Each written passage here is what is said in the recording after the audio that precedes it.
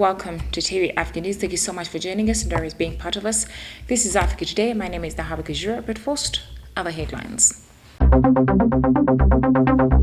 32 NUP supporters slapped with more charges in Army court. UBITAB registers a significant improvement in girls' performance. DRC to drop a discriminatory bill on Congoleseness. In our sports news today, Nick Arts opens gallery in Abuja. Once again, thank you so much for joining us. We start with one of our top stories. Now, Uganda Business Examination Board has released the results of November-December 2022 UBITAB examinations. The function was officiated by the Minister of Education, Janet Museveni, who was represented by Minister of State for Higher Education, Honorable Chrysostom Muyingo. We have more on this report. According to the Uganda Business and Technical Examinations Board, UBITAB, out of the 66,954 candidates who sat for the examinations, 52,373 candidates successfully acquired all competencies in their respective trades, with females contributing 15,705 to this successful completion as compared to 36,668 male candidates.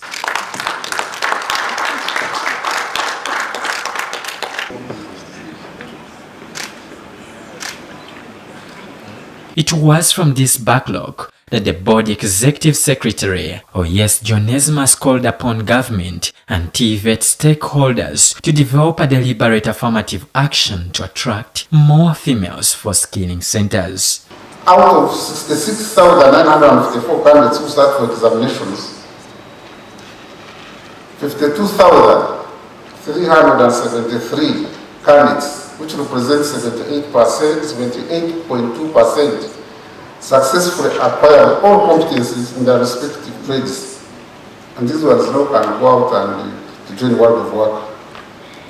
Female candidates on this number of 52 contributed 15,705, and that represents 30%. Onesmus noted that cases of examination malpractice have also increased as the board found 94 candidates guilty of the malpractice, hence condemning the vice.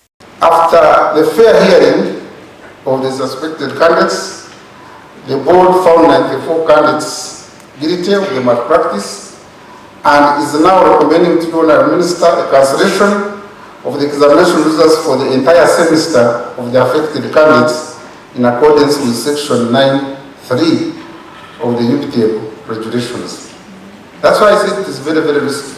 And members should pick it that when we get you involved in this malpractice, we get you in one paper, the entire semester goes. On the other hand, the Minister for Education, Janet Kataha Museveni, through the Minister of State for Higher Education, Chrysostom Muyingo, said that the ministry is committed to streamlining the TVET system from curriculum development through delivery to assessment. We are very committed to streamlining the TVET system from curriculum development through delivery to assessment. We have introduced the TVET Management Information System for registration of all TVET providers and trainees. Not only trainees, but including the providers. This will provide adequate database to all TVET stakeholders so as to provide relevancy of training programs to the world of work. The minister, however, expressed concern over the lower number of girls joining technical institutes, thus calling on the general public to send more females to TVET institutions as a way of promoting gender equality. I do appeal that everyone should support the skilling efforts and other ongoing reforms of government. Especially, I do call upon the public to send more girls to vocational education and training programs. Already there is a fairly good improvement in the enrollment of girls, but that's not yet enough. I want to see a 50-50. Extend our sincere appreciation to the head of state, General Yoweri Kaguta Museveni, for this great initiative and the principles of skilling Uganda through the vocational, technical, and business competence-based skilling. It should be noted that UBITEB registered a total number of 72,247 candidates for the end of program and module assessments. Out of these, 66,954 turned up for examinations, while 5,293 were absent in one or the other. Away from that, the March India Best General Court Martial has slapped a new charge of treachery against 32 supporters of the opposition National Unity Platform Party. The group has been facing charges of unlawful possession of 13 pieces of explosive devices. We have more on this report. The group appeared before the Omi Court, chaired by Brigadier General Freeman Mugabe, in the absence of the public and journalists as per as the request of the state, who cited intimidation of his witnesses. Lieutenant Colonel Raphael Mugisha, on behalf of the state, presented an amended charge sheet after close to 2 years of the suspect being on remand. He said the group attempted to overthrow the government of Uganda through the use of petrol bombs. However, the accused, through their lawyer, Mr. George Musisi, protested against the charge, saying there is nowhere it is included on the charge sheet that the suspects are part of the army, were sponsored by a foreign power, nor belong to any other force. The prosecution claims that suspects committed treachery, an offense according to Section 129 of the Uganda People's Defense Forces Act. The act states that one commits the offense if he or she infiltrates the army, is an agent of a foreign power or force engaging in war or warlike activities against the established government in Uganda. Brigadier General Mugabe, however, adjourned the case to April 17th for prosecution to put its house in order and further remanded 28 suspects. On Monday, the court released 4 of the 32 suspects on bail. There are Mr. Ronald Maiga, Mr. Richard Nyombi, Mr. Kenneth Kamanya, and Mr. Shafiq Ngobi. Court said the remaining 28 suspects were denied bail because they did not present substantial sureties. Prosecution alleges that between November 2020 and May 12, 2021, in diverse areas of Jinja, Mbale, Chireka, Nankulabe, Kawempe, Natete, and Kampala Central, the accused were found in possession of 13 pieces of explosive devices, which are ordinarily a monopoly of the defense forces. The group was arrested in Kalangala district while on the campaign trail of then presidential candidate Robert Kyagulanyi Ssentamu, aka Bobi Wine, in December 2020. We take a quick break. We shall come back with international news.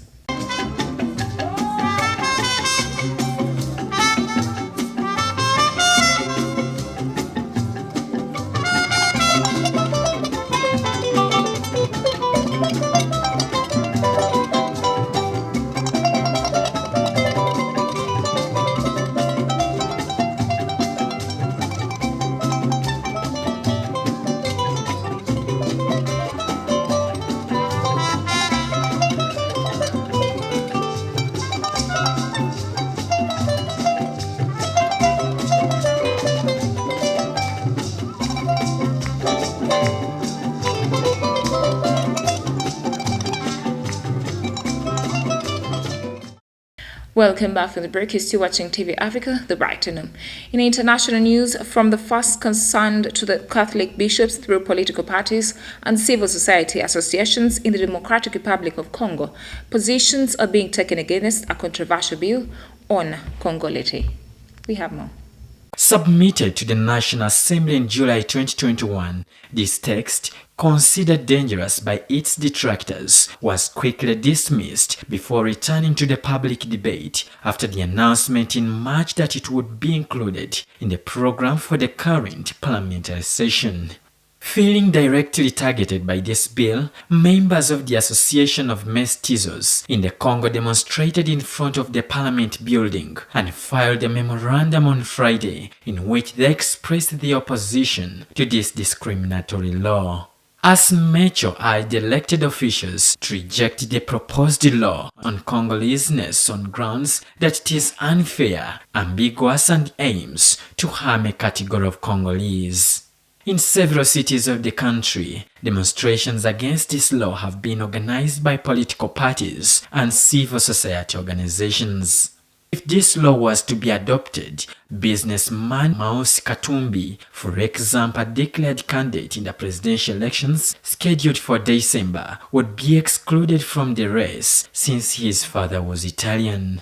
In the recent history of the DRC, Congolese whose parents were not Congolese have held various positions of responsibility and have run for president.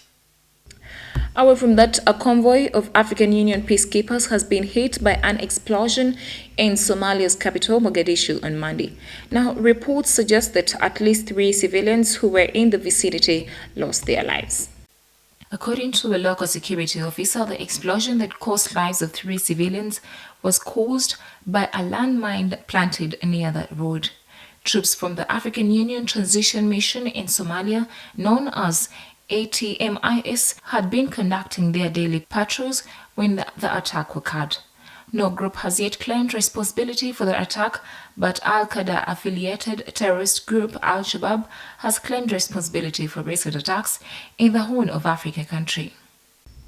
Moving on, in international news, the EU Foreign Policy Chief said on Tuesday that the EU and the US were monitoring and implementing of the peace agreement in Ethiopia and will only gradually restore their relations with Addis Ababa. According to European Union Foreign Policy Chief Joseph Borrell, this was a major crisis at first in Ethiopia, and fortunately now things have started moving towards solving it. He added that that was one of the rare good news that they have in the world. He said that to sustain the current progress, the European Union and the US must continue working hand in hand. He said that the message to both the government of Ethiopia and the Tigrayans was to make them understand that they are watching the settling of the conflict and will only normalize their relation in a gradual way, step by step. A peace agreement signed on 2nd November 2022 in Pretoria ended 2 years of brutal conflict in the northern Ethiopian region of Tigray between federal government forces and rebels of the Tigray People's Liberation Front. The conflict has claimed some 500,000 lives, according to the United States. Now, Tunisian President Kais Saied appeared in a video posted on Monday on his official Facebook page, dismissing mad reports over his health following almost 2 weeks with no public engagements. We have more on this report. According to a local security officer, the explosion that cost lives of 3 civilians was caused by a landmine planted near the road. Troops from the African Union Transition Mission in Somalia, known as ATMIS, had been conducting their daily patrols when the attack occurred. No group has yet claimed responsibility for the attack, but Al-Qaeda-affiliated terrorist group Al-Shabaab has claimed responsibility for recent attacks in the Horn of Africa country.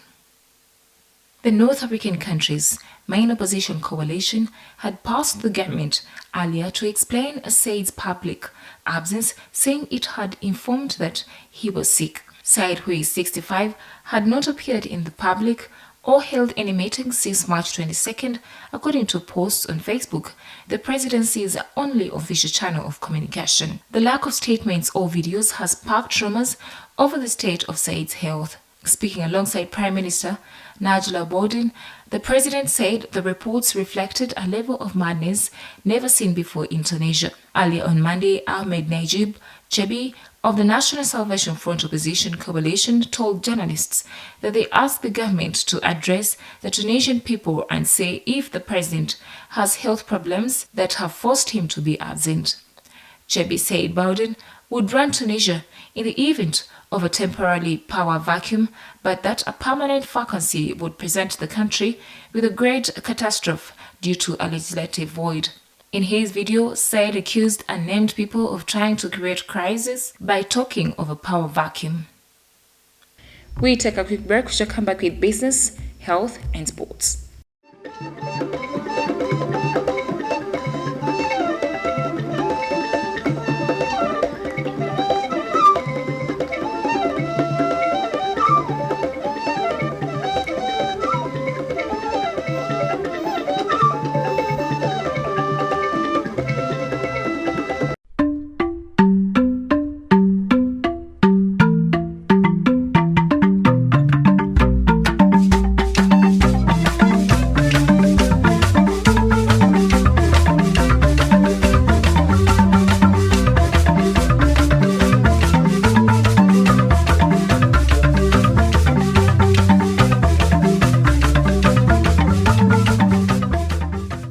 Welcome back from the break. You're still watching TV Africa, the Brighton Home.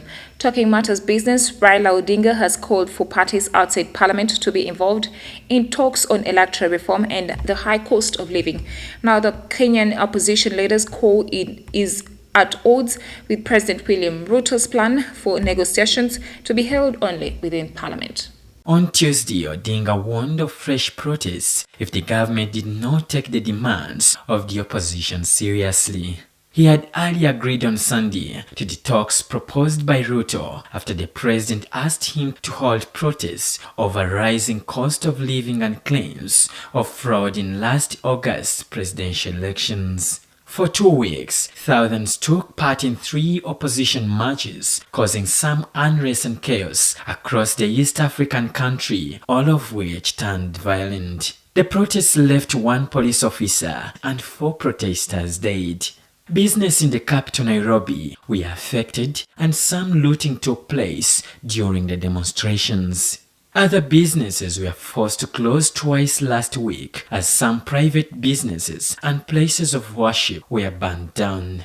The rising cost of living is also among the issues the opposition want the government to address. President William Ruto on Monday had asked senior lawmakers from his coalition to give top priority to the opposition's grievances. During a visit to Kigali on Tuesday, the Kenyan president reiterated his position for the talks to be held within Parliament in a bipartisan manner, and that is the offer made to the opposition.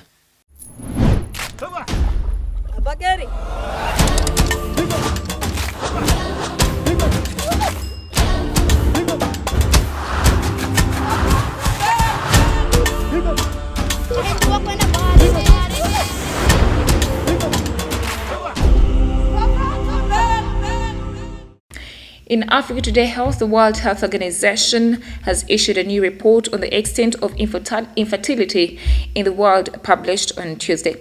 Now described as a major health problem, about 17.5% of the adult population is affected, or 1 in 6 people worldwide. We have more. All countries and regions of the world share similar problems, the organization points out, but it believes that the subject is still in need of attention. The report does not look at the causes of infertility but provides an overview of its prevalency by analyzing all relevant studies from 1990 to 2021. According to Pascal Adote, Director of Sexual and Reproductive Health and Research, World Health Organization, infertility has not received much attention globally, largely because it has not been in the population discussions, but rather more of a focus has on contraception rather than infertility. The report also said that the solutions such as assisted reproduction remain underfunded and inaccessible to many due to high costs and social stigma. The report also highlights a lack of data in many countries, particularly in Africa, the Eastern Mediterranean, and Southeast Asia.